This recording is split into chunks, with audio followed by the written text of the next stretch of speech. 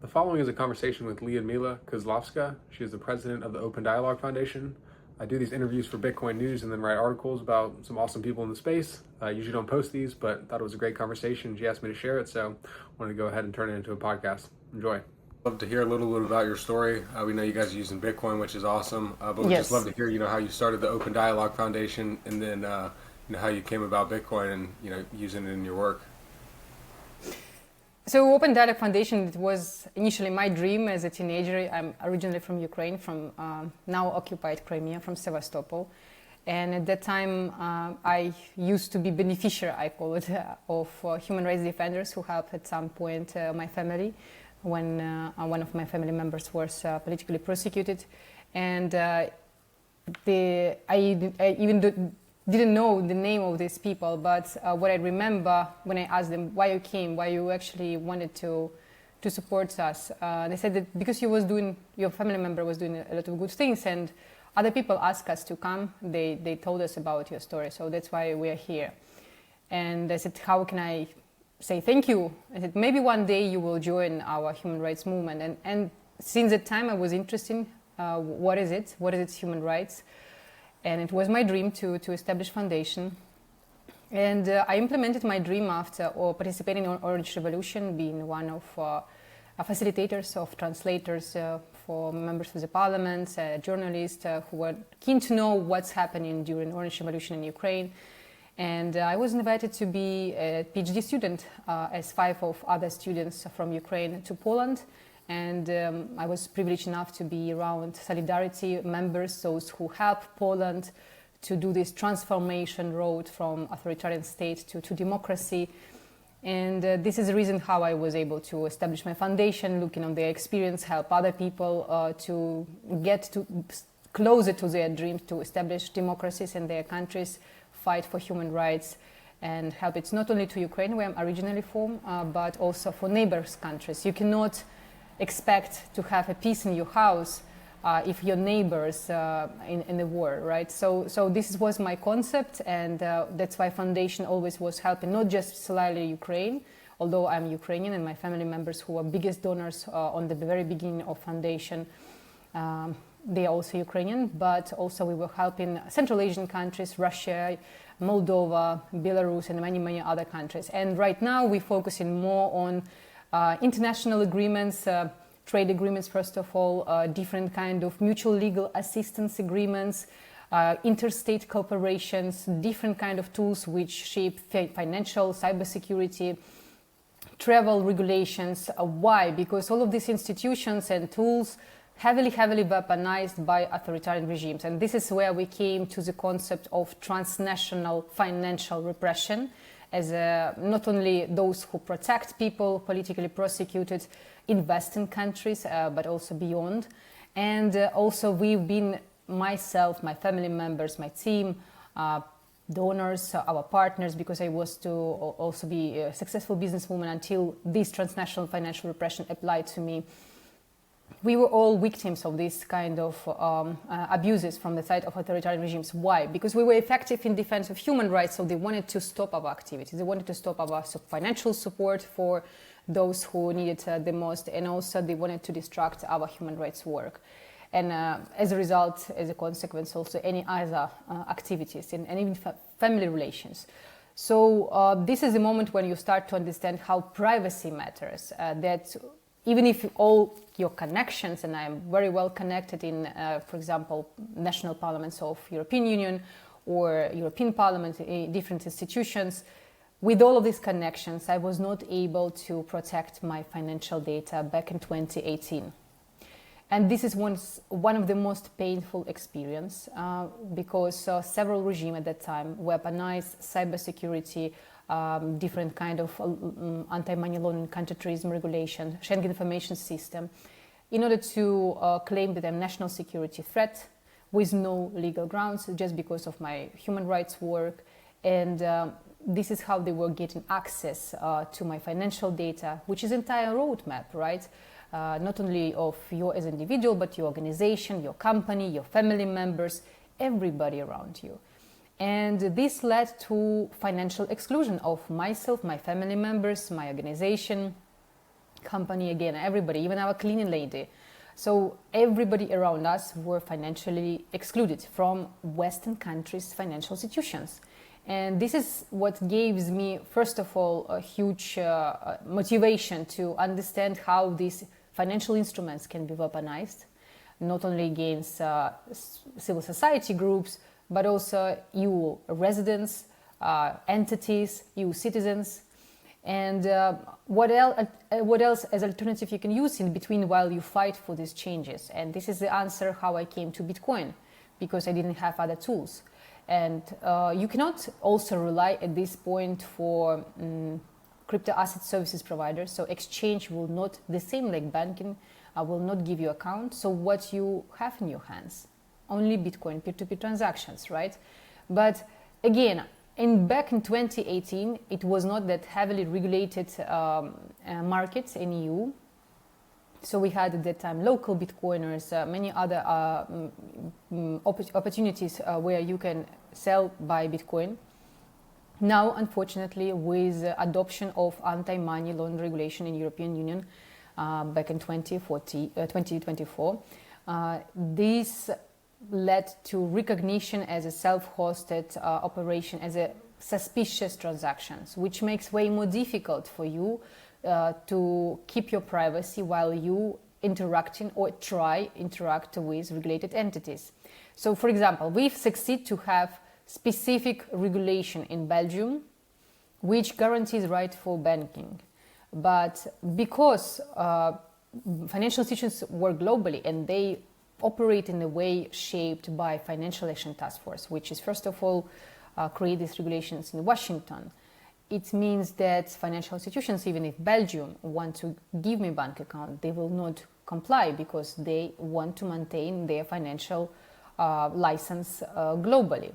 And this is one of the main reasons why a lot of our advocacy work, or I would say primary our advocacy work, focus right now in US, because US is a key jurisdiction which sets standards on financial regulation, on privacy, on travel data privacy, in many communication data, cybersecurity, any other aspects of privacy. It's first reason. Second reason, because again, US established standards how to label or not label any kind of new technology as a tool for illicit activities or criminal activities.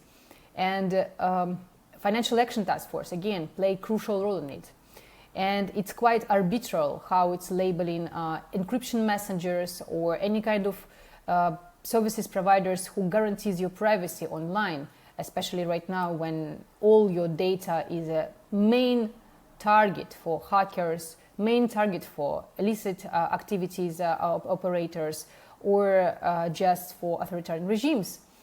You should know how to protect yourself and you should have these tools in hands. But it's impossible if, for example, Western jurisdictions like EU and US, they label these freedom technology solutions as something which is facilitators for criminal activities or extremism or terrorism or whatever, or money laundering, right?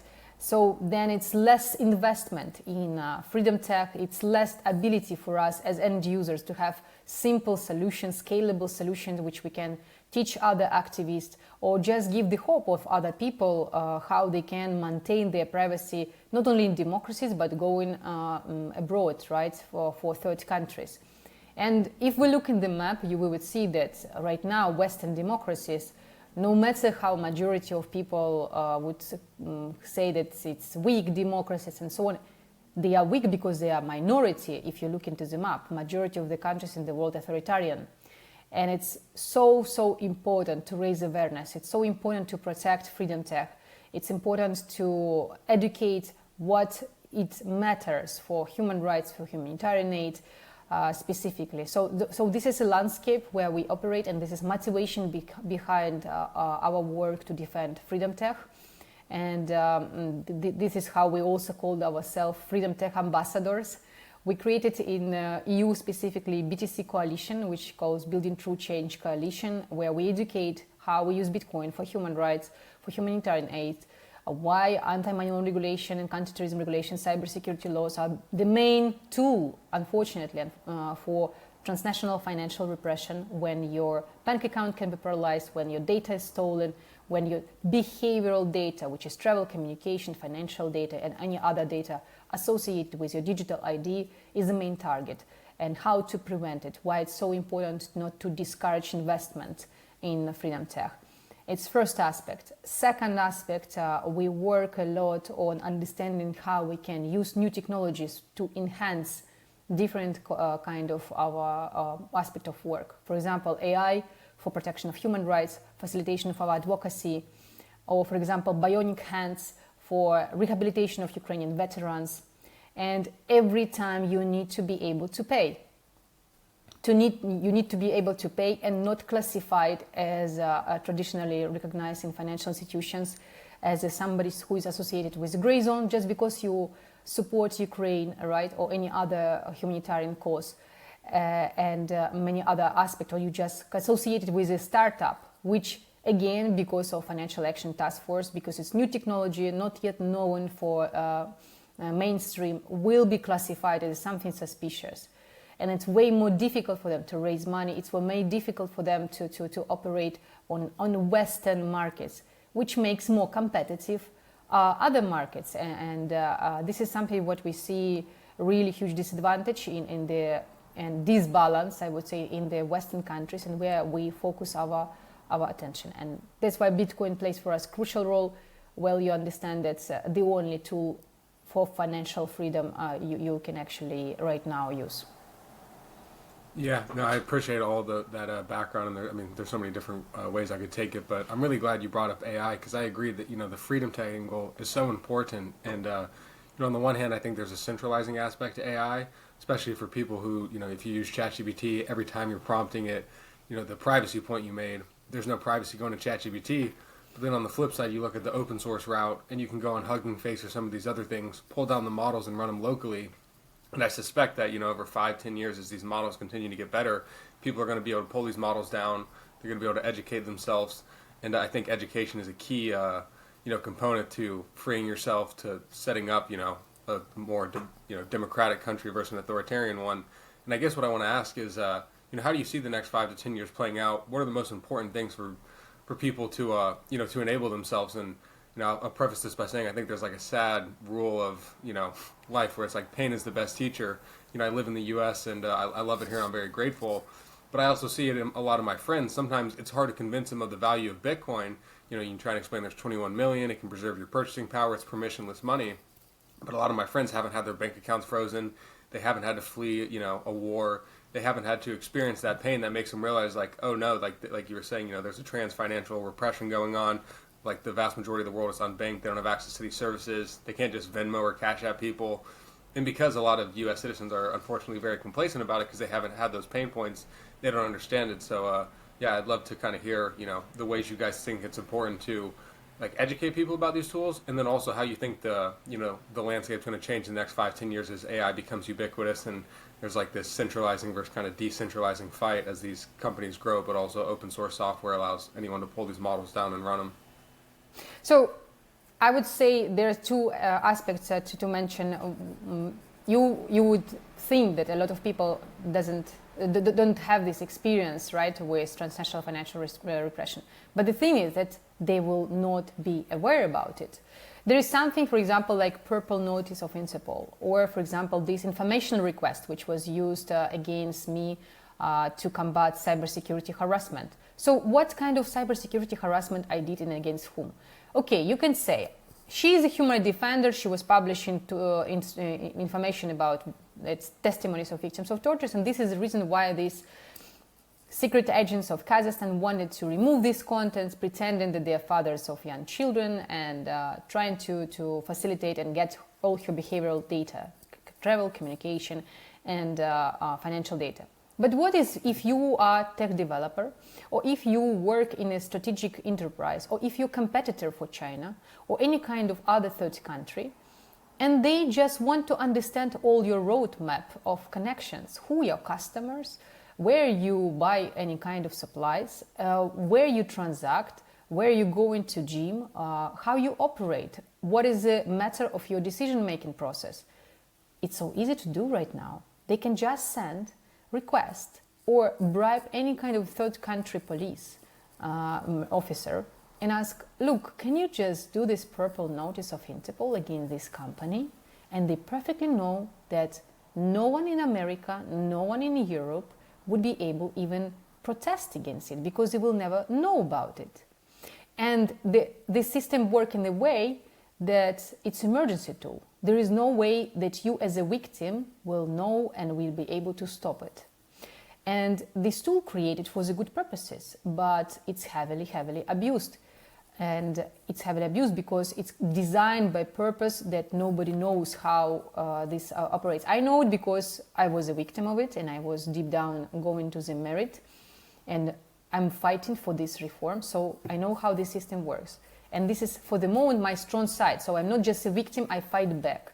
But how many businesses, how many prominent startups, how many prominent people in Western countries were destroyed by third countries' competitors, and they were not aware how it was possible. And it's issue already not just activists, it's issue of national security of US, of Europe, of UK, and many other countries. And this is principle why every single US citizen, resident, entity has to care about their own privacy, why they should educate themselves. We live in the world where majority countries are authoritarian. And whenever you produce chips, wherever you work with new tech, wherever you are in medical environment or any kind of chemical industry, energy industry, nowadays every industry, unfortunately, is strategical industry because everything is somehow interact with the AI, energy sector, and so on. So financial sector. So all of this, it's supply chains to understand people who can be potentially private target for authoritarian regimes, where we live in a time of trade wars. We live in a time of real wars on several continents. For example, like a Russian war against Ukraine, where you have so many actors involved. The biggest actors like China, India, facilitating to Russia, or for example, Kazakhstan and many other countries. And they successfully hide the way how they're doing it. And they benefit on destroying businesses, business competitiveness of Western countries. How? Because they abuse these trust-based approach to regulations. To make it very simple, your business can be very much destroyed just by simple these requests, and you will never know about it. What you have done for this? Have you gone to your member of the parliament, Senate, Congress, your regulator, and ask, what protection exists to protect my business in these ongoing trade wars? And this is the moment when you understand, okay, until I wait and everything will be fixed, I need to have in my hands tools which protects my privacy of communication, my privacy of travel, and my privacy of transaction right now. And this is something what you don't have fire at home every time, right? But you know what to do when fire appears, right? You know where to call, you know what to do first steps. If you don't know in a digital world, and we move into the side of digital world, how to protect your privacy, you're completely exposed. It's like you're walking around and say, rob me, kill me, I'm totally in your hands. So this is how it's important, and why, for example, the role of your channel and your media is so important, because you do this, the most difficult work, educational work. You bring testimonies of people and experts like me. And I believe together we can find other people who can actually invest in this kind of, who can share their also intelligence information, who can help us to create tools responding for these needs. The reason why I'm always going for Bitcoin events or any kind of hacker events, tech developers, AI events, because I want to share my sad experience. But I'm not just a victim, I'm overcoming it, and I'm building a coalition of people who want to resist, who want to see this future, which we shape together, right? We make it safer. Because if not us, who? And when you have this kind of people around, this is the way how you actually can navigate things, how you can respond. So what we can expect, if we build this coalition in next 5 years, we will completely change reality, because AI is a tool which can be used against of us, but it also can be used by us to protect us. We can be hiding of it, we can deny it, We can say, oh, it's dangerous, or we can build an army of our tech developers who will be on the side of privacy and who will protect us, who will help us to build our secure, actually digital space with the most advanced technology.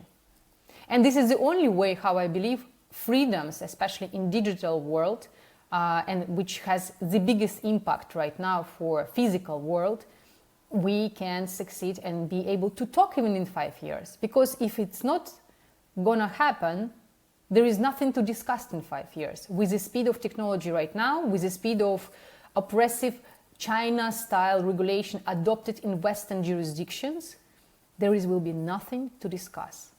So it's very, unfortunately, not bright picture. You have white or black almost everything. But this is how it's happened, because we see the dynamic. We see how these tools really heavily abused and used by authoritarian states. And then even the Western democracies are not ready. I'm not saying about citizens. I'm saying any kind of government is not ready right now to respond for different kind of attacks with abuse of AI if it's going to be super coordinated by authoritarian states. And this is something we have to face. We have to keep it in mind. No, I think that's really well said, and I think you're really right about the education component. It's so important to show people the tools that are out there, and I'm curious looking forward. I think even in Western democracies, I can really only speak to the U.S. well because this is where I live, but there's just a lot of loss of trust in institutions, especially the way they handle COVID. Obviously, printing trillions. I do think that pushed a lot of people towards Bitcoin just because they debased the dollar so heavily, which impacts the whole world since the dollar is a reserve currency. But at the same time, I'm very white-pilled. I'm very hopeful because I see technologies like Nostr popping up. I see Cashu, which is like a Charmian eCash, which provides perfect privacy and can peg in and out of Lightning to get Bitcoin. I see these protocols being built that I think are going to create a bunch of abundance and flourishing for people. And I'm curious looking out, I don't want to say democracies fail because I don't necessarily think that, but I do think that there is a compelling case that, it's like kind of like The Fourth Turning, like Neil Strauss's book, where he talks about how every 100 or so years, there's like a massive change in, the political structure. And I'm curious looking out, I completely agree with your point that we need to educate as many people as possible. We need to build parallel communities. People need to understand. I see the surveillance that goes on, requiring funds, all these KYC AML. And I think, you brought it up earlier. There's a point to be made that, sure, it was made with good intentions. Like I did some research into it, and it's like, for every $100 spent, they catch $1 of terrorist financing. Yes. So for every $100 you're spending, you literally get $1 back. And then of all the, how much they miss, and it's just such a, burdensome thing for just the average person who has to expose their financial data for arbitrary reasons. So I guess what I'm asking is looking 5 to 10 years out, do you think it'll be new institutions that get built up with these freedom technologies, these freedom protocols, just educating people? Or do you think these institutions are, worth trying to reform in the meantime? I think it's hard to, estimate exponential change, but just looking out how you see it shaking out and the best way to prepare yourself. Sorry, I might have gotten cut off there, but did you hear the end of that question? I can repeat it if I need to. Yes, I lost you. That you were saying that even me, I'm seeing these civilians, 1%, and then you completely was cut off. So, to paraphrase the question, I'd love to know how you see. Do you think time is best spent trying to reform these institutions, trying to educate them on these technologies, or more so trying to empower the individual to build new parallel systems that, especially like you mentioned, there's more authoritarian regimes than democratic ones. And what do you think the most powerful way is to create, a society of flourishing abundance, rather than say the panopticon route where everything is surveilled and citizens constantly losing freedoms because you're going to get ticketed for jaywalking across the street. Mm-hmm. So we need to remember that new technologies are not created in, for example, North Korea or in many other authoritarian states, right? Why? Because whenever you create something new, you have two options: to end up in prison, being dead, or you work slyly for the government. So you create tools for even more civilians tools for the government and more making more stronger regime. This is the reason why is US the main, I would say, place where new technology born, because you have conditions there, right? You have investors, you have the best schools which educate for years and who invested in the past by state quite a bit, but also by private donors, to make this education the best one, right? You have great debates in schools. There was significant damages for the recent years with different kind of scientific skills, but still you have the good base for education in the US. And this is the reason why new technology appears here, not in other countries. Even in EU, you don't have that much technology, new inventions, solutions like in US. And this is again for reason. So this is also a reason why my answer will be that you have to spend time to educate institutions, because institutions, it's also people. It's reflection of society. If society doesn't do this effort, educating institutions and changing, reforming them, you cannot expect to have better conditions to create new technology and to create this basis for anything else. Yeah, you've given me plenty to write about, and it's been super insightful, and I really appreciate what you guys are doing, and I agree with everything you're saying. It's so important to educate these people. But, you know, I know we're kind of coming up on time here, but I'd love to just ask, you know, any closing thoughts or, you know, anything I haven't asked that you think would be of value for me to include in the article? Yes, we basically looking for those who can support our work, because we're working a lot on Accountability Act on transnational financial repression. We want to explain how we use Bitcoin for human rights for US regulators. We want to develop methodology to teach law enforcement how to recognize transnational financial repression, how to protect Americans, especially American donors. Why? Because without American philanthropists and donors, democracy will not survive, because this is a fact. US is the biggest giver for democracy, and they understand this concept. If other countries also have peace in their life, this is also makes prosperity for US. And it's also ability to test technology, to scale technology. So we're looking for those who understand these issues, who want to work with us to develop or adapt technology for new challenges, but also who ready to invest to support us financially, but also with their time to do this advocacy, to work on these legislations and make these things happen, making US protected, especially from donor side, from US residents, entities, citizens side, and from other side, making this technology able to developed and to be invest and not to be classified by Financial Action Task Force as something super negative. This is what we focus in Freedom Tech Embassy. And we believe that US has to be first fixed as a main jurisdiction, and then we can scale and replicate the same standard to other jurisdictions. So we're happy to cooperate, and we want to see Bitcoin as a main tool for freedom with any kind of a label, but also protection of any other digital data as much as possible. And of course, if you can do a call for those who are victims of this kind of repression, and lawyers discourage them to speak up, we're happy to talk with them. We want to support in all possible ways from our side, bringing their cases in front of regulators, trying to include solutions specifically shaped for their cases. Because without individual stories, like for example, we did, or other stories we bring to US Congress, impossible to convince regulators to change their approach to this so-called trust-based approach when they share all data blindly with other regimes. Yeah, no, 1,000%. That's super helpful. It sounds like there's many ways to help out too. I mean, even people who've been victims, you know, going to court and holding these regulators accountable and showing them the stories. Yes. And my Twitter header has been forever the Hal Finney quote, which is like, the computer can be used as a tool to control and manipulate people, or a massive freedom tool. I'm paraphrasing the quote, but exactly, you know, I believe, exactly. I think it's so important. So, and actually, man, if you can use this video, or I can use it, I like how we discussed. I like our dynamic. Actually, if we just a little bit, I would say, corrected where we were missing each other, I think it's nice to publish. I will be fully agree with it. So, and I would love for them to use it. Yeah. Sure. No, I'm happy to publish it. Then we'll get it published. Amazing. But man, I love what you guys are doing, and I wish you guys continued success. Thank you. Thank you. Of course. All right. Happy to be in touch with you. Thank you. Have a great day. Bye-bye. Bye. Thanks for watching. Hope you guys enjoyed that. If you did, I'm going to link the article as well in the comments. And yeah, check it out.